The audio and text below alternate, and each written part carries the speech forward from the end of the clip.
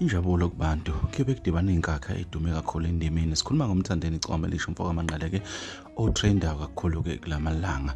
Ayobedibane nentokazi uLwandle Nkulu kwi-final MTN 8 Stadium eMoses Mabhida lapha endaweni yaseThekwini kulomdlalo kuyobe kunandisa labaculi abaqopha umlando ongakazi ube khona endimeni kaMaskandi ukuthi bashaye u-23 million viewers on YouTube ngengoma ethi iParis. Bafethu ngicela ukunibingelela la kwisiqiniseko SA Media. Mawuqala ungena le channel ngicela ubulungiswa ucindezele ibutton ka subscribe ukuze uthole ezinye izindaba engizokwenzela zona. Weba futhi injabulo ibhalwe ebusweni kuma Red Nation emva kwembiko evilile ukuthi umthandeni uzobe nandisa enolwandle Nkulu lapha intokazi esencane enetalent elisimanga sikhumbule mesikhuluma ngolwandle Nkulu sikhuluma ngomuntu osaqophe kakhulu umlando lapha kuyinkabi nation waphinda wazofisharwa umthandeni nakhona waphinda waqopha umlando benza ingoma hamba yodwa kuMaskandi wonke jikelele namanje kwalokho isahamba yodwa.